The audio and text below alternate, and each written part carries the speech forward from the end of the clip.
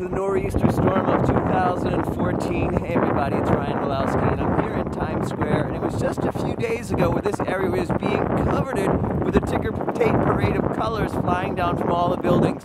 Today, it's a blanket of white snow, and even more snow is expected.